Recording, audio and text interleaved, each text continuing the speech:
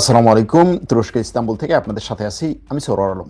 আজকে ৩টা প্রশ্নের উত্তর খুঁজব। একটা হচ্ছে, ট্রাম্প কি এই যুদ্ধে হেরে যাচ্ছেন? কেন এই প্রশ্নটা করছি? অবশ্যই এটার পেছনে অনেক যুক্তি আছে, সেই যুক্তিগুলো আপনাদের সামনে নিয়ে আসব। নেতানিয়াহুর অবস্থা কি? নেতানিয়াহু কি নিহত হয়েছেন অথবা মারা গেছেন এরকম কিছু খবর যে চাউর হচ্ছে, সেটার পেছনে আসলে যৌক্তিকতা কতটুকু? আসলেই তিনি কি অবস্থায় আছেন? কেন তাকে দেখা যাচ্ছে না? কোনো জায়গায় নেই। যে যুদ্ধ সে শুরু করলো, সেই যুদ্ধ শুরু হওয়ার পর গত ২-৩ দিনে তার কোনো ধরনের সাড়া শব্দ নেই কেন? তুরস্কের দিকে কয়েকবার মিসাইল এসেছে। মিসাইলগুলো কোত্থেকে এসেছে? আসলে কে এই মিসাইলগুলো কেন নিক্ষেপ করছে? যুদ্ধের সর্বশেষ পরিস্থিতি কি? কবে যুদ্ধ শেষ হতে পারে? কে এই যুদ্ধে জিততে পারে? এই ধরনের প্রশ্নগুলো নিয়েই আজকের এই এপিসোড। ট্রাম্প এই যুদ্ধে হেরে যাচ্ছেন কিনা, এই প্রশ্নের উত্তর যদি এক কথায় দিতে হয় তাহলে দেয়া যাবে হ্যাঁ। কেন হ্যাঁর কথা বলছি? কারণ মার্কিন যুক্তরাষ্ট্রের পক্ষ থেকে ইরানের সাথে যোগাযোগ করা হয়েছিল যে আসো আমরা একটা যুদ্ধবিরতি করি, আমরা একটা শান্তি চুক্তি করি, আমরা এই যুদ্ধ বন্ধ করি। ইরান বলছে যুদ্ধ বন্ধ করার তো কিছু নাই, যুদ্ধ তুমি শুরু করেছো, কিন্তু কখন বন্ধ করবো আমি সিদ্ধান্ত নেব।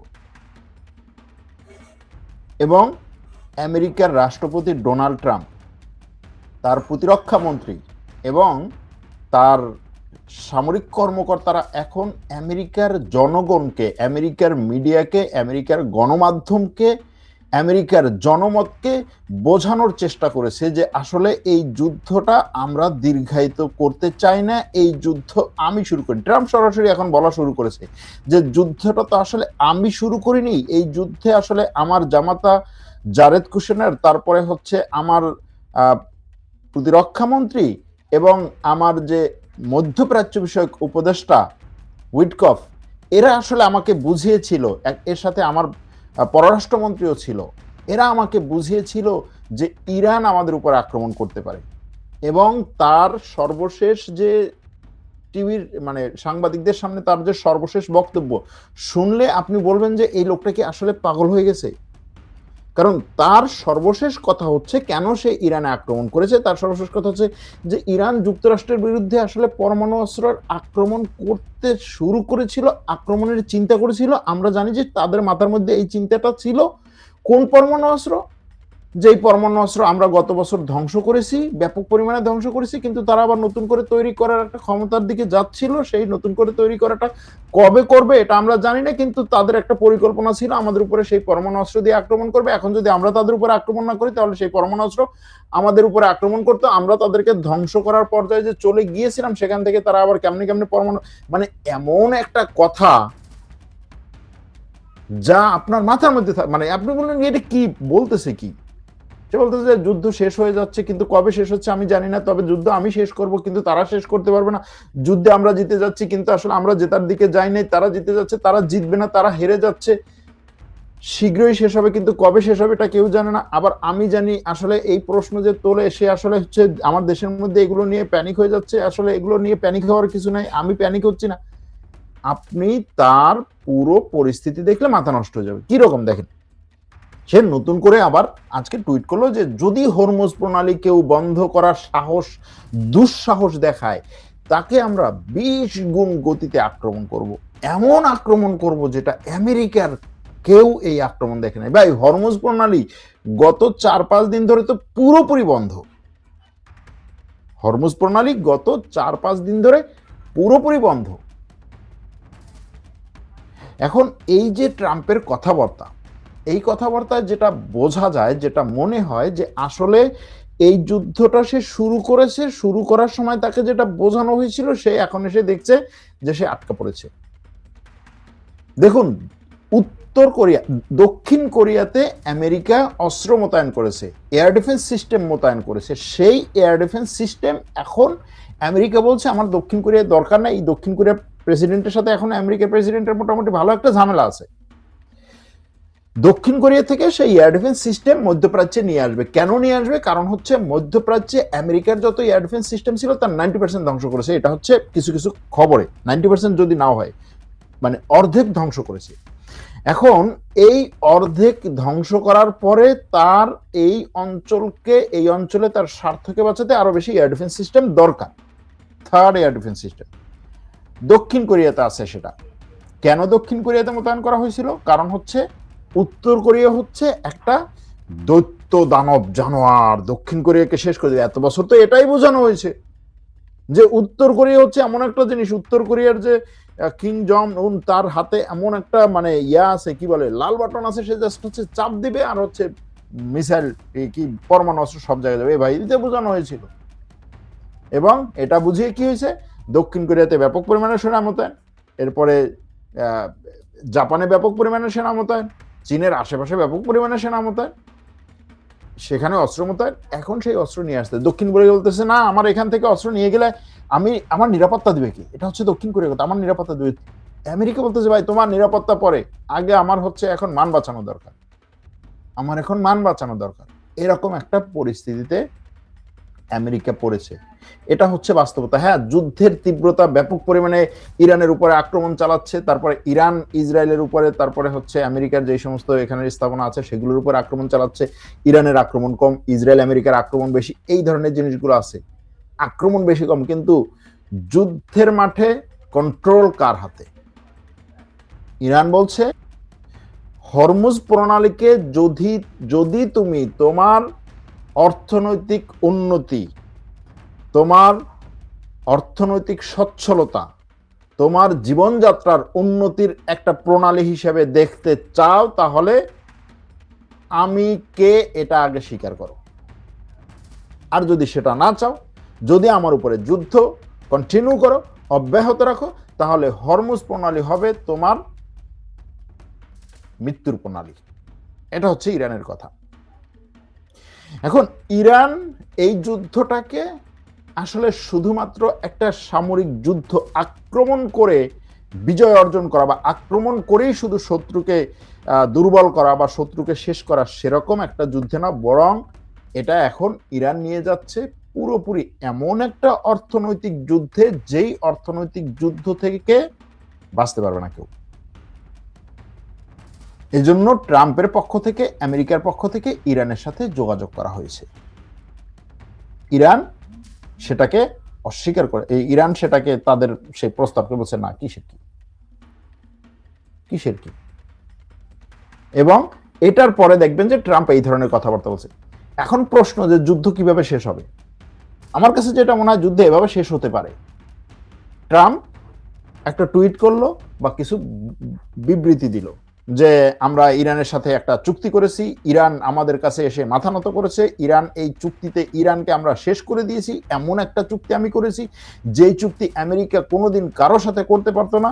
আমেরিকা এই চুক্তির মাধ্যমে ব্যাপক পরিমাণে বিজয় অর্জন করেছে এবং এই চুক্তির মাধ্যমে আমরা ইরানকে একেবারে ধূলিসাৎ করে দিয়েছি। ইরানের পরমাণু অস্ত্র নাই, সারা জীবনেও ইরান পরমাণু অস্ত্র তৈরি করতে পারবে না, ইরানের হাতে একটাও ব্যালিস্টিক মিসাইল নাই, ইরানের অর্থনীতি শেষ, ইরানের রেজিম যা আছে সেটাও আসলে কোনো রেজিমের মধ্যেই পড়ে না, আমরা ইরানের রেজিমও চেঞ্জ করেছি। এবং ইরানকে আমরা এমন একটা চুক্তির মাধ্যমে বেঁধে ফেলেছি যে ইরান আমাদের জন্য আর কোনোদিন হুমকি হয়ে দাঁড়াতে পারবে না। আমি এটার মাধ্যমে আমেরিকার জনগণকে তাদের জন্য সারা জীবনের একটা নিশ্চয়তা দিলাম এবং তাদের মুক্তি দিলাম। আমি তাদের জন্য এমন একটা জিনিস দাঁড় করালাম, এমন একটা জিনিস নিয়ে আসলাম যেটা এর আগে কেউ করতে পারেনি। আমি আমেরিকাকে সারা বিশ্বের সামনে কেমন একটা পরাশক্তি সেটা দেখালাম। বেশ।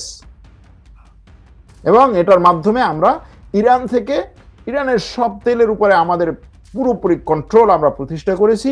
ইরানের তেল এখন আমাদের কথার বাইরে ইরানের তেল কোথাও যাবে। হয়তো দেখা যাবে যে ইরান বলবে যে দেখো, আসলে এই ধরনের কোনো চুক্তি হয় নাই, আমেরিকার সাথে আমাদের কোনো চুক্তি হয় নাই, আমেরিকা নিজেই এখান থেকে সৈন্য নিয়ে চলে গেছে, তার সাথে এই ধরনের তেলের নিয়েও কোনো চুক্তি হয় নাই এবং সে এই যুদ্ধে পরাজিত হয়েছে, ধরেন এটা ইরান বলল। কিন্তু পশ্চিমা মিডিয়া কি বলবে? ট্রাম্পকে ক্রিটিসাইজ করবে ঠিকই, কিন্তু এই জিনিসগুলোকে বারবার আওড়াবে।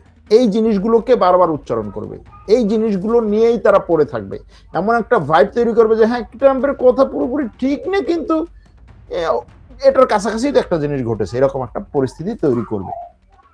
হতে পারে, হতে পারে, এটা সব জায়গায় হয়েছে। এই ট্রাম্প ক্ষমতায় আসার পরে যতগুলো বিষয় নিয়ে সে যা করেছে, সে একটা যুদ্ধ বন্ধ করে নাই, কিন্তু সে বলছে আমি 12-13টা যুদ্ধ তো এমনিতেই বন্ধ করেছি, আমার তো নোবেল প্রাইজ পাওয়া দরকার, বলেছে না? বলেছে। এখন এই যে পরিস্থিতিতে ট্রাম্প পড়েছে, এই পরিস্থিতিতে নেতানিয়াহু কোথায়? প্রশ্ন হচ্ছে নেতানিয়াহু কোথায়, কি হলো? কারণ ট্রাম্পকে এই যুদ্ধে জড়ানোর জন্য সবচাইতে বেশি তো কাজ করেছে নেতানিয়াহু। এবং আমরা গত 3-4 দিন আগে যেটা জানতাম যে নেতানিয়াহু অর্থাৎ ইসরায়েলের সাথে আমেরিকার এই যুদ্ধের পরিকল্পনা বা এই যুদ্ধ এখন যেদিকে আগাচ্ছে, এটা নিয়ে আমেরিকা এবং ইসরায়েলের মধ্যে একটা কি বলে মনোমালিন্য অথবা বিতর্ক অথবা ঐক্যমত্যের অভাব আছে, সেটা বাইরে প্রকাশ হচ্ছে না। এবং ট্রাম্পের জামাতা জারেদ কুশনার এবং ট্রাম্পের যে উপদেষ্টা এই অঞ্চলের দূত উইটকফ, তারা ইসরায়েল সফর করার কথা ছিল, কিন্তু হঠাৎ করে তারা ইসরায়েল সফর বাদ দিয়ে দিল। কেন বাদ দিল এ ব্যাপারে কোনো বক্তব্য নাই। ট্রাম্পকে যেই ব্যক্তি এই যুদ্ধে সবচাইতে বেশি টেনে নিয়ে এসেছে এবং এই যুদ্ধের জন্য সারা বিশ্বে সবচেয়ে বেশি মিথ্যা কথা বলে যেই ব্যক্তি বিশ্বের পুরো মিডিয়াকে খাইয়েছে, যুদ্ধ শুরু হয়েছে, আক্রমণ পাল্টা আক্রমণ হচ্ছে, ট্রাম্প মুখে ফেনা তুলে ফেলেছে, মানুষকে কনভিন্স করার জন্য আমেরিকার লোকদেরকে কনভিন্স করতে পারছে না, তার আশেপাশের লোকেরা চেষ্টা করছে আমেরিকার জনগণকে কনভিন্স করতে। সেই অবস্থায় নেতানিয়াহু কোথায়? কেন নেতানিয়াহু লাইভে আসে না? কেন নেতানিয়াহু প্রেস ব্রিফিং করে না, সাংবাদিকদের সামনে আসে না? এই প্রশ্নটা সবার। সে কি অসুস্থ? সে কি আহত? সে কি ইসরায়েলে আছে নাকি অন্য কোথাও চলে গেছে? যখন এই ধরনের জিনিসগুলো ঘটবে, যেই নেতানিয়াহু 30 বছর ধরে ইরান ইরান বলে মুখে ফেনা তুলে ফেলেছিল, সেই ইরানে আক্রমণের পরে এখন তো নেতানিয়াহুর বলার কথা যে আমরা ইরানে এটা শেষ করে দিয়েছি, ওটা শেষ করে দিয়েছি, ইরান ধুলিসাৎ, ইরান এটা ইরান ওটা, বলবে তো। কোথায় সে? নাই। এখন এই যে সে ইরান নিয়ে কোনো কথাবার্তা বলছে না, সামনে আসছে না, এবং তার ব্যাপারে পুরো ইসরায়েলি গণমাধ্যমও নিশ্চুপ। ইরানের কিছু গণমাধ্যম বলছে নেতানিয়াহু মারা গেছে। কেন বলছে? এই যে যতগুলো ঘটনা বললাম, এগুলোকে বিশ্লেষণ করে তারা বলছে যেহেতু তার কোনো চিহ্ন নাই, যেহেতু সে এরকম না, যেহেতু কিছু কিছু খবরে বলা হচ্ছে তার অফিসে আক্রমণ হয়েছে, তার ভবনে, আবাসিক ভবনে আক্রমণ হয়েছে, সুতরাং সেই আক্রমণে হয়তো সে আহত হয়ে থাকতে পারে, নিহত হয়ে থাকতে পারে। এটা হচ্ছে ইরানি গণমাধ্যমের দাবি, অনেকগুলো সিনারিওকে ধরে দাবি। এই দাবি যে সঠিক এটা বলা যাবে না, কিন্তু আসলে সে কোথায় এই যুদ্ধের সময়? এটা তো তার 30 বছরের চাওয়া, এটা তো তার 30 বছরের আকাঙ্ক্ষা যে ইরানে আক্রমণ করবে আমেরিকা এবং আমি দেখব ইরানের আকাশে ধুলির কি বলে কালো ধোয়ার কুণ্ডলি উঠছে, ইরানের সর্বোচ্চ ধর্মীয় নেতা খামেনেই মারা যাবে, এটা নিয়ে আমি উল্লাস করব। কিন্তু সে কোথায়? আসলেই এটা নিয়ে একটা এই নেতানিয়াহুর পরিস্থিতি নিয়ে এখন একটা বিশাল ধোঁয়াশা। এবং এটার বিরুদ্ধে ইসরায়েলি গণমাধ্যম যে কথাবার্তাগুলো বলছে, তারা বলছে যে আসলে ইরানের গণমাধ্যম এটাকে একটা যুদ্ধ সময়ের যে প্রোপাগান্ডা, সেই প্রোপাগান্ডা হিসেবে ব্যবহার করার চেষ্টা করছে। এটা পুরোই ভুয়া। ইরানের গণমাধ্যম যে দাবিগুলো তুলেছে সেগুলোর পেছনে কোনো যুক্তি নাই, কোনো প্রমাণ নাই, তাদের হাতে কোনো প্রমাণ নাই। তারা বলছে যে আক্রমণ হয়েছে, সেই আক্রমণের কোনো ভিডিও নাই, ফুটেজ নাই, এরকম কথা ইসরায়েলি গণমাধ্যম বলছে। কিন্তু ইসরায়েলি গণমাধ্যম এই প্রশ্নটা ইসরায়েলের কারো কাছে, ইসরায়েলের কোনো মন্ত্রীদের কাছে করছে না যে ঠিক আছে এরকম তো তথ্য বলা হচ্ছে, তাহলে নেতানিয়াহু কোথায় সে কথা বলুক। সেটা তারা বলছে না। অথবা তারা এটাও বলছে না যে এইভাবে আমরা প্রমাণ দিচ্ছি যে নেতানিয়াহু বেঁচে আছে। সুতরাং এই নেতানিয়াহুর বেঁচে থাকা না থাকা নিয়ে ধোঁয়াশাটা চলছে যতক্ষণ পর্যন্ত না সে সাংবাদিকদের সামনে লাইভ এসে বলবে আমি বেঁচে আছি।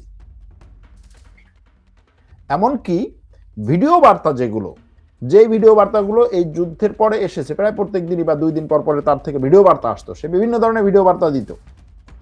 গত 2-3 দিন ধরে ভিডিও বার্তাও আসছে না যে ঠিক আছে সে এখন যেহেতু তার দেশ আক্রান্ত, সে বাংকারে থাকবে বা মাটির নিচে থাকবে, লুকিয়ে থাকবে, লুকানো অবস্থা থেকে সে ভিডিও বার্তা দিবে, সেটাও দিচ্ছে না। আর আগে করা ভিডিও বার্তা তো আর এখন হচ্ছে নতুন ভিডিও বার্তা হিসেবে চালাতে পারবেন না আপনি, কারণ যুদ্ধের পরিস্থিতি পরিবর্তন হচ্ছে।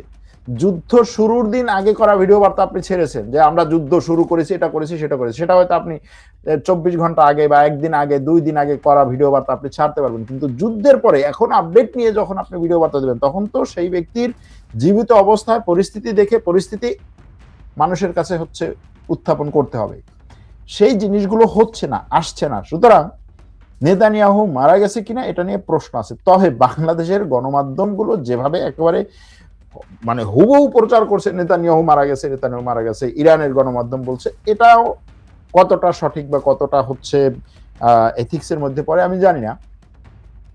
কারণ ইরানের কোনো রাষ্ট্রীয় কোনো মুখপাত্র, ইরানের সেনাবাহিনীর কোনো মুখপাত্র, ইরানের গোয়েন্দা সংস্থার পক্ষ থেকে বা ইরানের বিপ্লবী গার্ডের পক্ষ থেকে কেউ কিন্তু এই দাবিটা এখনো পর্যন্ত করেনি। যদি তারা দাবি করতো তাহলে এটাকে নিয়ে আসা হতো যে হ্যাঁ ঠিক আছে, তারা কিছু তথ্যপাত্র উপরে দাবি করেছে। একটা গণমাধ্যম এই দাবি করেছে, এটা সেই গণমাধ্যমের নিজস্ব অ্যানালাইসিস, এটাকে দাবি হিসেবে নেওয়া যেতে পারে জাস্ট। কিন্তু এর বাইরেও ইরানের ধরেন আরো অনেকগুলো গণমাধ্যম আছে, শুধু ইরানের না, এই অঞ্চলে আরো অনেক ফ্রি গণমাধ্যম আছে, যেমন ধরুন আল জাজিরার কথা যদি বলা হয়, তাদেরও তো কিছু অ্যানালাইসিস থাকবে, বা এই ধরনের একটা ঘটনা ঘটলে তখন দেখা যাবে যে তারাও এই বিষয়টাকে সামনে নিয়ে আসবে। এখন বলতে পারেন আল জাজিরা, কাতার তো এই যুদ্ধে ইরানের বিরুদ্ধে যুদ্ধ করছে, সুতরাং তারা এটাকে নিয়ে আসবে না। তুর্কি হতে পারে, যে তার্কিশ যে গণমাধ্যমগুলো আছে, বলবেন যে তার্কিশ গণমাধ্যম ইসরায়েলের বিরুদ্ধে কথা বলবে, কি বলেন আপনি? হতে পারে। তো যাই হোক, আমরা একটু অপেক্ষা করতে পারি। যদি নেতানিয়াহু এই যুদ্ধে নিহত হয়, তাহলে এটা হবে বর্তমান সময়ে, এই সময়ে যে জেনারেশন যারা বেঁচে আছে, জীবিত আছে, তাদের সারা জীবনের সবচেয়ে বড় পাওয়া। যদি এই যুদ্ধে এই অবস্থায় নেতানিয়াহু সত্যি সত্যি মারা যেয়ে থাকে, এটা হবে আমাদের জেনারেশন যারা বেঁচে আছে, যারা এই তাণ্ডব দেখেছে, যারা গাজা ভূখণ্ডের তাণ্ডব দেখেছে, যারা লেবাননে চালানো তাণ্ডব দেখেছে, যারা এই অঞ্চলে যতগুলো যুদ্ধ হয়েছে মুসলিম বিশ্বের সবগুলো যুদ্ধের পিছনে যেই লোকটা কলকাঠি নেড়েছে, তার মৃত্যু যদি দেখে যাওয়া, মানে বলে না আমাদের দেশে যে মারা যাওয়ার আগে শান্তি পেলাম, এরকম একটা পরিস্থিতি হবে। অনেকে বলা শুরু করছে ভাই এই খবরটা শোনার পরে আমি দান সৎকার করা শুরু করে দিয়েছি, এত খুশির খবর। তো এরকম যদি একটা কিছু হয়, এবং সেটা অবশ্যই একটা সময় পর্যন্ত অপেক্ষা করা দরকার, আনুষ্ঠানিক বার্তা আসা পর্যন্ত, আনুষ্ঠানিক তথ্য আসা পর্যন্ত, কারণ এই গুজবের উপরে আগানো ঠিক না। যেমন ধরুন খামেনাই মৃত্যুর পরে তার দেশের টেলিভিশন, তার দেশের বিপ্লবী গার্ড, সরকার সরাসরি যখন বলল যে সে মারা গেছে, কোনো একটা জায়গা থেকে কোনো একটা পত্রিকা বা কোনো একটা পোর্টাল বললো যে না এইভাবে হচ্ছে, আমরা বুঝতে পারছি যে সে আসলে মারা যায়নি, বেশ। এরপরে সব জায়গায় মানে এই ধরনের যে মিডিয়াগুলো, যে মিডিয়াগুলো এই ধরনের হচ্ছে চাঞ্চল্যকর তথ্য ছড়াতে ব্যস্ত, তারা বলা শুরু করলো যে না খামেনেই মারা যায়নি, এই জীবিত আছে, খামেনেই জীবিত আছে, জীবিত আছে। কি হলো, অন্তত 4-5 ঘন্টা তারা ব্যাপক পরিমাণে হচ্ছে ভাইরাল হলো, আর কিছুই না। কিন্তু আপনি আমি সাধারণ মানুষ হিসেবে আমাদের এই জিনিসের পিছনে দৌড়ানো দরকার। অপেক্ষা করলে সমস্যা কি? 2 দিন পরে আপনি জানেন অসুবিধাটা কোথায়, জানার পরে আপনি হচ্ছে এটা নিয়ে তখন যা করার আপনি সেটা তখন করেন। তো এই জন্য নেতানিয়াহুর এই মৃত্যু নিয়ে এখনো পর্যন্ত যদি বলা হয়, মানে মৃত্যু নিয়ে বলতে নেতানিয়াহু যে মোটামুটি পর্দার অন্তরালে বা মিডিয়ার সামনে না, এটা নিয়ে এই সন্দেহগুলো, ধোঁয়াশাগুলো আছে। এরপরে আর একটা প্রশ্ন হচ্ছে তুরস্ক এই যুদ্ধে কি করছে, কেন ইরানের পাশে দাঁড়াচ্ছে না বা দাঁড়াবে কিনা? তুরস্ক ইরানের পাশে দাঁড়াচ্ছে না, ইরানের পাশে দাঁড়াবে না বলতে যে ইরানের পক্ষ হয়ে যুদ্ধ করবে না, ততক্ষণ পর্যন্ত তুরস্ককে জোর করে এই যুদ্ধে কোনো পক্ষ টেনে নেবে। আর তুরস্ককে যদি জোর করে এই যুদ্ধে কোনো পক্ষে টেনে নেয়, সেটাও ইরানের পক্ষে যাওয়ার সম্ভাবনা খুব কম। এখন তুরস্কের আকাশ দিয়ে ব্যালিস্টিক মিসাইল যায়, আকাশও না, তুরস্কের বায়ুমণ্ডল দিয়ে। বায়ুমণ্ডল হচ্ছে আপনার বর্তমান মানে আপনার যে আকাশ সীমা, আপনার বায়ুমণ্ডলের উপর দিয়ে হচ্ছে ব্যালিস্টিক মিসাইল যায়। ভূমি থেকে 100 কিলোমিটার, ভূমি থেকে 100 কিলোমিটার উপর দিয়ে। আর ব্যালিস্টিক মিসাইলের যে কি বলে, ব্যালিস্টিক মিসাইলের যে নেচারটা হচ্ছে, তাকে যখন নিক্ষেপ করা হবে সে আগে বায়ুমণ্ডলে যাবে, তারপর সেখান থেকে আবার চলে আসবে, কি বলে, ভূপৃষ্ঠে চলে আসবে। তো সেরকম একটা জায়গায় তুরস্কের ভূখণ্ডের উপর দিয়ে 100 কিলোমিটার উপর দিয়ে একটা মিসাইল যাচ্ছিল। মিসাইলটাকে ভূপাতিত করা হয়েছে ন্যাটোর এয়ার ডিফেন্স সিস্টেম দিয়ে। এরপরে তুরস্ক যোগাযোগ করেছে ইরানের সাথে, তুরস্কের পররাষ্ট্রমন্ত্রী ইরানের সাথে যোগাযোগ করেছে, তুরস্কের রাষ্ট্রপতি ইরানের রাষ্ট্রপতির সাথে কথা বলেছে, তুরস্কের পররাষ্ট্রমন্ত্রী ইরানের পররাষ্ট্রমন্ত্রীর সাথে কথা বলেছে। তো এই যে যোগাযোগের চ্যানেল, এটাকে কিন্তু খুব গুরুত্বপূর্ণ একটা হিসেবে দেখা দরকার, যে এরকম একটা ঘটনা ঘটার পরেও আপনি তাদের সাথে কথা বলতেছেন, যোগাযোগ করতেছেন, সেখান থেকে ইনফরমেশন নিয়ে আসতেছেন। সেখান থেকে বলা হচ্ছে, ইরান বলছে যে আমরা তুরস্কের দিকে একটা মিসাইলও নিক্ষেপ করি নাই, আমাদের মিসাইল তুরস্কের দিকে লক্ষ্য করে বসানো না। এবং তুরস্ক বলছে যে আমরাও চাই না, আমরা সবাইকে সাবধান করতে চাই যে এখানে হয়তোবা আশেপাশে, ইরানের আশেপাশে অন্য দেশগুলোকেও এই যুদ্ধে কোনো একটা পক্ষ টানতে চাইছে, কোনো একটা তৃতীয় পক্ষ টানতে চাইছে, বা অন্য কোনো একটা পক্ষ এই যুদ্ধে টানতে চাইছে, আমরা সেই ব্যাপারে সতর্ক করতে চাই। ইসরায়েল এই অঞ্চলে যেভাবে তাণ্ডব চালিয়েছে, যেভাবে এই অঞ্চলে সব আইন উপেক্ষা করে তার নিজের মতো করে মানুষ মেরেছে, সেই ইসরায়েল এখানে হয়তোবা বিভিন্ন দেশকে যুদ্ধে টেনে নিয়ে যেতে পারে।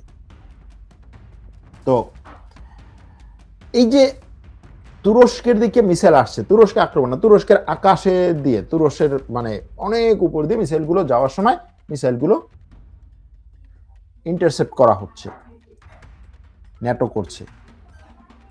যদি ইরান না করে তাহলে কে করতে পারে? প্রশ্ন হচ্ছে এখানে। যদি এটা ইরান বলছে আমি করি নাই, তো সে করে তারপরে কেন বলবে আমি করি নাই?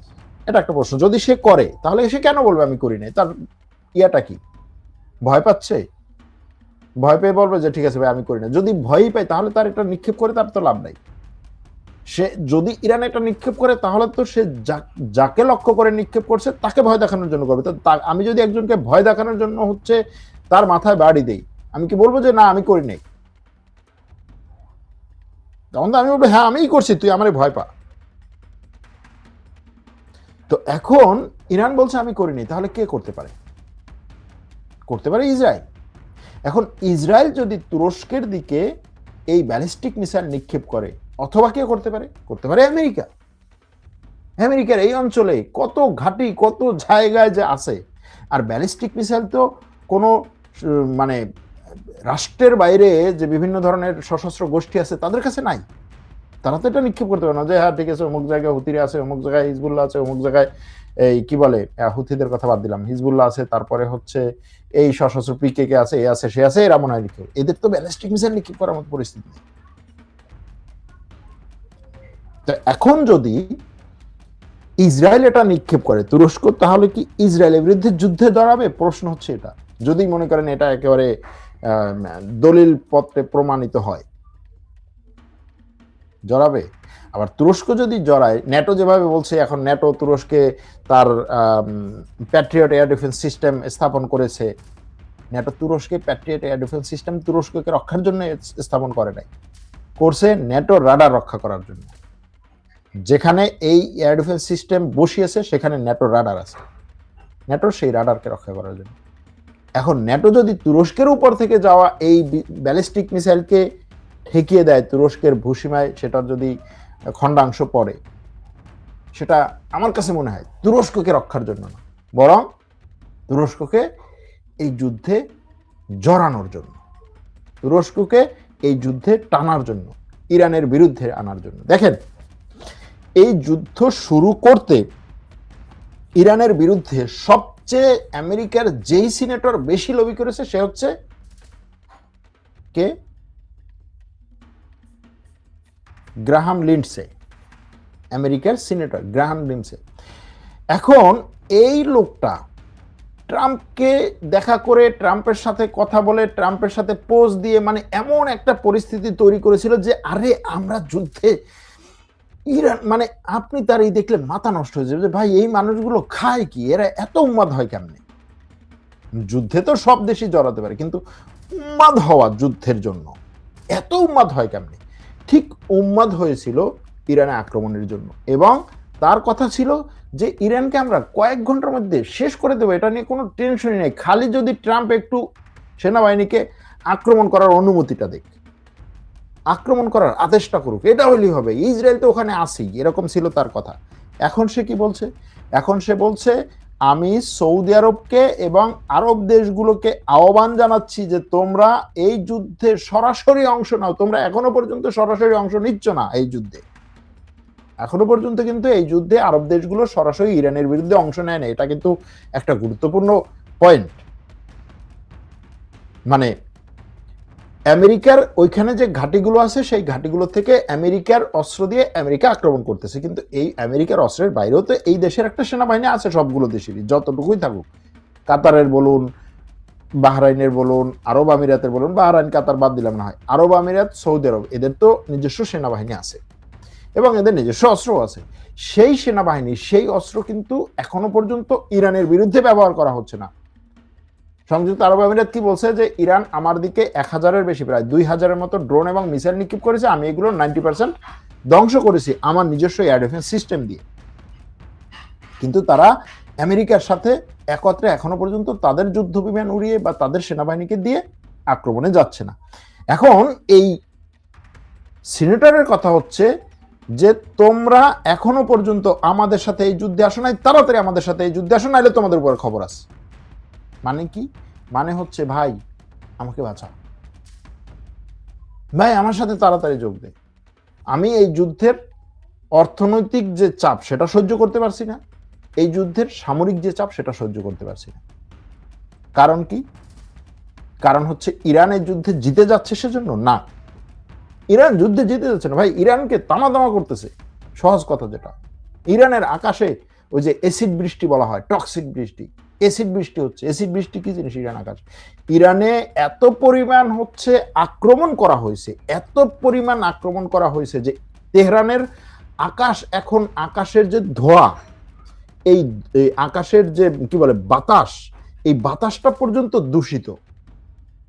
তেহরানের যেই সমস্ত তেলের ডিপোতে ব্যাপক পরিমাণ আক্রমণ করা হয়েছে, দেখেন ইরানও তেলের ডিপোতে আক্রমণ করে, কিন্তু সেই তেলের ডিপোর আক্রমণ, তেলের ডিপোতে যদি আমরা কিভাবে বলি যে হচ্ছে একটা তেলের ডিপোতে যদি অনেকগুলো হচ্ছে আপনি ওই যে কিভাবে বলবো, মানে কন্টেইনার যদি বলি, গোল গোল যে তেল রাখার, একটা 10টা থাকে, একটা আক্রমণ হয়। আর আমেরিকা, ইসরায়েল, ইরানের তেহরানের তেলের ডিপোতে যে আক্রমণ করেছে, পুরো তেলের ডিপো বাস্ট হয়ে আকাশে হচ্ছে তেল উড়ে গেছে। সেই তেল যখন হচ্ছে নিচে পড়ছে, অনেক মানুষ মনে করছে যে এটা হচ্ছে অ্যাসিড বৃষ্টি। আবার সেই যে তেলের ডিপো বাস্ট হয়ে যে পরিমাণে কুণ্ডলি, ধোয়ার কুণ্ডলি, এত ধোয়া, সেই ধোয়াগুলো তো আর সাথে সাথে আকাশ থেকে চলে যাচ্ছে না, যে কারণে পুরো ওই তেহরানের আকাশ জুড়ে এই ধরনের একটা বিভীষিকাময় পরিস্থিতি। এবং তেহরানের আশেপাশে বা ইরানের আশেপাশে অন্য যেই সমস্ত দেশ আছে, তার প্রতিবেশী দেশ, যেমন ধরেন কি বলে ওইদিকে আজারবাইজান, তারপরে হচ্ছে তুর্কমেনিস্তান, এরা বলছে, এমনকি কাজাকিস্তান, কিরগিজস্তান বলছে যে ইরানের এই যে আকাশের যে এত দূষিত বায়ু ব্যাপক পরিমাণে, এটা যদি আমাদের দিকে আসে এবং আকাশ থেকে যদি বৃষ্টি হয়, তাহলে এই বৃষ্টি আর এই দূষণ মিলে অ্যাসিড বৃষ্টি হবে। এটা করছে, করছে না যে তা না, এটা তো করছে। এখন ইরান তো এখানে দুর্বল পক্ষ, যেই দুর্বল পক্ষকে 3 ঘন্টার মধ্যে শেষ করে দেওয়ার কথা, 3 দিনের মধ্যে শেষ করে দেওয়ার কথা। এখন সেই দুর্বল পক্ষের আক্রমণে যদি আমেরিকা সেই দক্ষিণ কোরিয়া থেকে সিস্টেম নিয়ে আসতে হয়, আরব দেশগুলোকে যদি জোর করে এই যুদ্ধে আমেরিকার সাথে একত্রে লড়াই করতে টানা হয়, তুরস্ককে যদি পরিকল্পিতভাবে এই যুদ্ধের মধ্যে টেনে আনার চেষ্টা করা হয়, আমেরিকার রাষ্ট্রপতি, আমেরিকার পররাষ্ট্রমন্ত্রী, আমেরিকার প্রতিরক্ষা মন্ত্রী, আমেরিকার সেনাপ্রধান যদি আমেরিকার টেলিভিশনের সামনে এসে জনগণকে বোঝানোর চেষ্টা করে যে দেখো এই যুদ্ধ আমি শুরু করিনি, অমুকে বলছিল, অমুকে বলছে না না এটা তো আমি করিনি, অমুকে বলে অমুকে বলছিল, আর একজন বলে ট্রাম্প বলে হচ্ছে আমার প্রতিরক্ষা মন্ত্রী বলছিল, প্রতিরক্ষা মন্ত্রী বলে না সেনাপ্রধান বলছিল, সেনাপ্রধান বলে না পররাষ্ট্রমন্ত্রী বলছিল, পররাষ্ট্রমন্ত্রী বলে না নেতানিয়াহু বলছিল, তাহলে নেতানিয়াহু কোথায়? ধরো তারে। মানে এখন হচ্ছে দোষ কে, কে দোষ দিচ্ছে, দোষ কার তাকে ধরার চেষ্টা করা হচ্ছে যে ভাই দোষীটাকে। এরকম একটা অবস্থা। এটা কখন হয়? যখন জিতে যায় কোনো একটা খেলায়, তখন কিন্তু সবাই মিলে আনন্দ করে, কে ভালো খেলেছে কে কম খেলেছে এটা নিয়ে তখন আর প্রশ্ন থাকে না। কিন্তু যখন হেরে যায়, হেরে যাওয়ার উপক্রম হয়, তখন কি করি আমরা? যে অমুকে ভালো ব্যাট করতে পারে নাই, অমুককে 4 নম্বরে নামানো উচিত ছিল, এইখানে কোচ ভালোভাবে কাজ করে নাই, এখানে ক্যাপ্টেন ভালোভাবে এটা করে নাই, এখানে অমুকে এটা করে নাই, এখানে আসলে মাঠটাকে তাদের জন্য সাজানো হয়নি, বিভিন্ন জিনিস। এখন আমেরিকার যে পরিস্থিতি, এরকম একটা অবস্থা, বাস্তব কথা। হয়তো 2 দিন পরে কি হবে জানি না, কিন্তু আজকে আমেরিকার যেই রাজনৈতিক ব্যক্তিদের যে সমস্ত বক্তব্য বিবৃতি, সেটা হচ্ছে তারা এখন ওই হয় না ব্যাপক পরিমাণে গ্রামের দিকে আমাদের ব্যাপক পরিমাণে কাদার মধ্যে দিয়ে যখন আপনি হেঁটে যাবেন, আপনার যদি হাঁটু পরিমাণে গেড়ে যায়, তখন আপনি ওইখান থেকে আর উঠতে পারেন না। এরকম একটা পরিস্থিতি হওয়ার সম্ভাবনা আছে। কারণ হচ্ছে এই যুদ্ধটাকে তারা যত সহজে, যত সিম্পল খেলা মনে করেছিল, এই যুদ্ধ এখন সেই সিম্পল খেলায় নাই।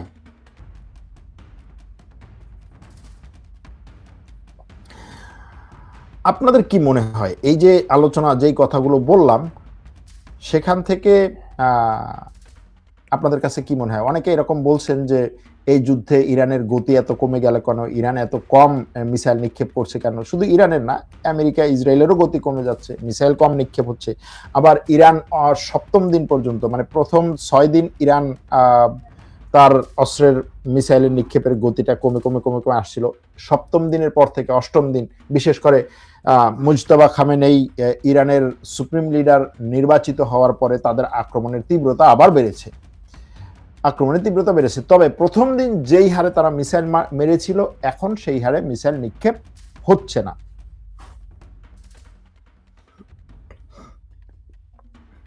এই ছিল আমাদের আজকের আসলে মূল আয়োজন। এর বাইরে বলার মতো অনেক কথা ছিল, কিন্তু সময় দীর্ঘায়িত হচ্ছে, এখানেই শেষ করছি। ভালো থাকবেন, সুস্থ থাকবেন। এক দর্শকের প্রশ্ন, নেতানিয়াহু মরলেও কি ইরান বাঁচতে পারবে? এত লাফালাফি করেন কেন? দেখেন, বিষয়টা হচ্ছে, আমি ওই যেটা বললাম যে নেতানিয়াহু মরলে ইরান বাঁচবে কি না বাঁচবে, বিষয়টা সেরকম না। যেই লোকটা বিশ্বের সব গণমাধ্যমের সামনে, সারা বিশ্বের মানবতার সামনে, সারা বিশ্বের শান্তিপ্রিয় মানুষের সামনে ব্যাপক পরিমাণে উগ্র, এবং কিভাবে বলবো এটাকে, মানে ভাষায় কেমনে প্রকাশ করব, যে চোখের সামনে, চোখের দিকে তাকিয়ে তাকিয়ে মানুষকে মারার জন্য, শিশু, বৃদ্ধ, নারী, পুরুষ, গাছপালা, পশু পাখি, বিড়াল, কুকুর সহ সবকিছুকে মারার যে আদেশ দিচ্ছে এবং এটা নিয়ে গর্ব করছে, এটা নিয়ে উল্লাস করছে, সেই লোকটা যদি এই ইরানের এই আক্রমণে মারা যায়, সেটাকে আপনি কোন দিক দিয়ে দেখবেন? কোন দিক দিয়ে সেটা দেখে আপনি কষ্ট পাবেন? হ্যাঁ, এখন সেটার সাথে তুলনা করে ভাই এরপরে যদি ইরান হেরেও যায়, তাতেও বিশ্বের মানুষের মনে একটু শান্তি পাবে, যে অন্তত বিশ্বের সবচেয়ে বড় যুদ্ধ অপরাধ যেই লোকটা করেছে, সেই লোকটা শাস্তি আল্লাহ এইভাবে দিয়েছে, আমরা চোখে দেখে গেলাম।